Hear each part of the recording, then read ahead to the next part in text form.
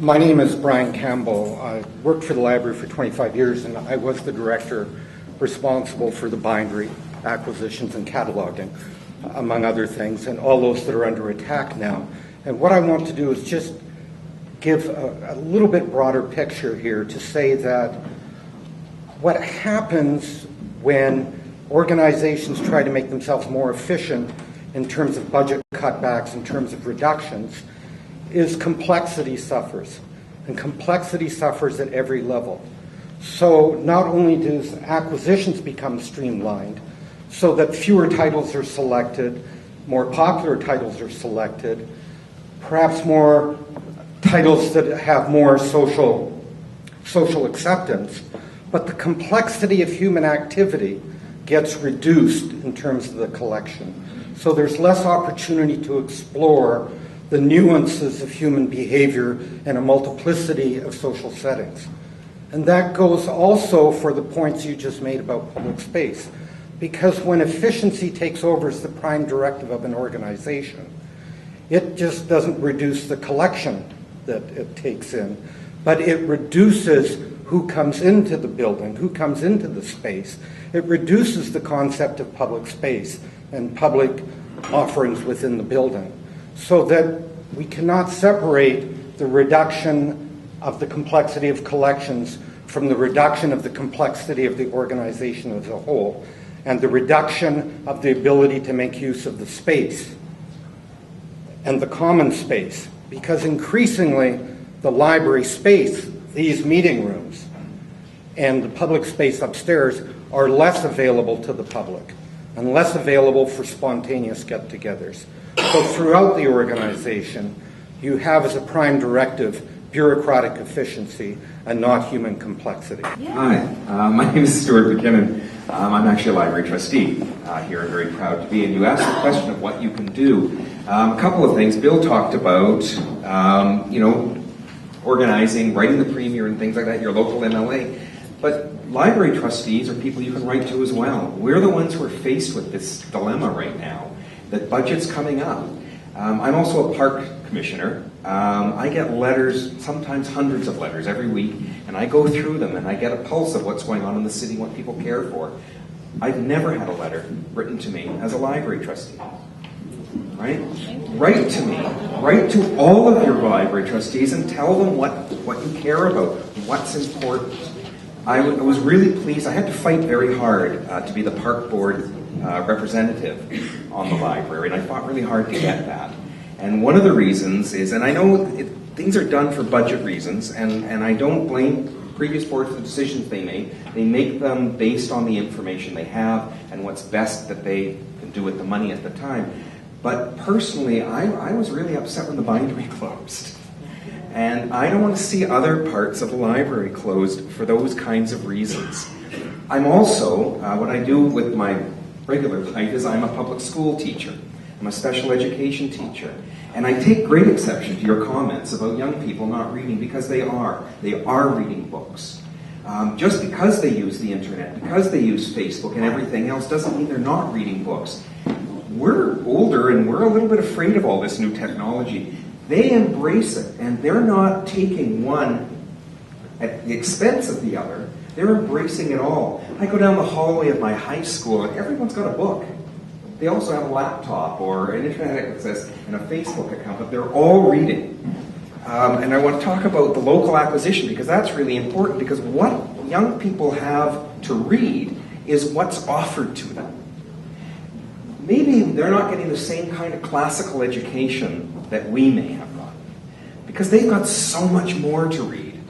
When I was in high school in the 1970s, you were in one of three groups.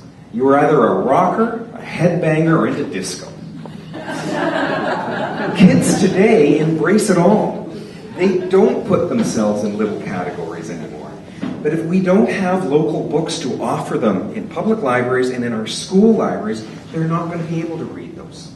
And they're not going to be able to get that richness of their local culture, because, granted, the internet brings the whole world into them, but their world starts here. So please, write your library trustee, write your MLA, write city council, write everybody.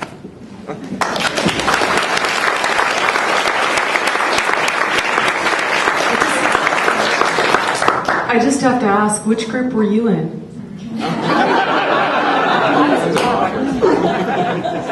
I was the new waiver. It was a small and very select category. I wanted to get back for a second, if I can just take the floor, to this gentleman's comment about the library as a community space. And I think that's really insufficiently recognized, but the library is a place, well, I think it has been said on this panel, the library is a place where there's almost a complete spectrum of humanity that feel welcome to use that. And we all know that as public space becomes really commodified, it becomes more and more difficult to go into public spaces in a way that doesn't require buying something, even if it's buying a cup of coffee, buying a magazine. You can't, as this concept of public space and of the commons becomes eroded, the library becomes correspondingly more precious. And the architecture of the library, although Stan has spoken movingly of the actual architecture of this library, which I also appreciate, the architecture of the library is the books, the wallpaper of the library, the shelves, everything that is around you is in the books that are surrounding you. And if those books don't include local books, then you have a very impoverished kind of generic, you have a Starbucks of libraries. Larissa? So I'm finally getting around to answering your question, Dan. I'm a little slow on the uptake, it takes me a while. But I'm listening to the conversation and I'm thinking, we've been talking so much about the importance of the local, and, about history and all of that stuff. And so I'm sort of stewing and I'm thinking, okay, well, when we're talking about the local, what are we talking about? We're talking about the local. The local is us, right? The local is the people in this room. It's the writers on this panel. It's the city itself. And then I'm thinking about the librarian over on the side there who does the teen collections. And I'm just thinking about these kids, right, that you're working with. And I'm thinking about my own students as well. I'm teaching at UBC, and so I teach across the spectrum from first year all the way to grad school. And so I've got teenagers in my first year classes. And thinking about, the way in which they're just on that kind of threshold place in life. They're so struggling so hard to figure out who they are in the world, right? And so the idea of representation seems to me to be really, really important. That what these kids need is they need representations of themselves. They either need to be making them, which is why these workshops are so important. I totally applaud that. I think that writing workshops are a really, really great idea. And I think that there also needs to be texts in the library that offer these kids representations of themselves so that they can imagine themselves in the present moment, in public spaces like the library, but also the university, the street, and so that they're not just kind of consuming, all the sort of like mass information, mass marketed books, and the representations of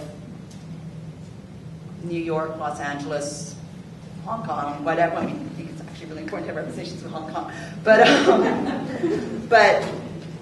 I also think that it's really important that the kids who come to my classes, who come to access the library, have those representations of themselves in local spaces for the purposes of knowing themselves, right?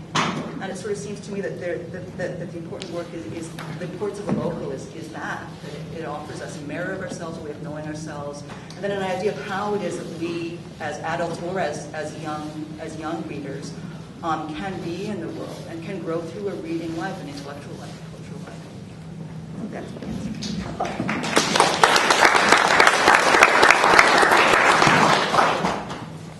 My name is Brian Campbell. I worked for the library for 25 years, and I was the director responsible for the bindery, acquisitions, and cataloging, among other things, and all those that are under attack now.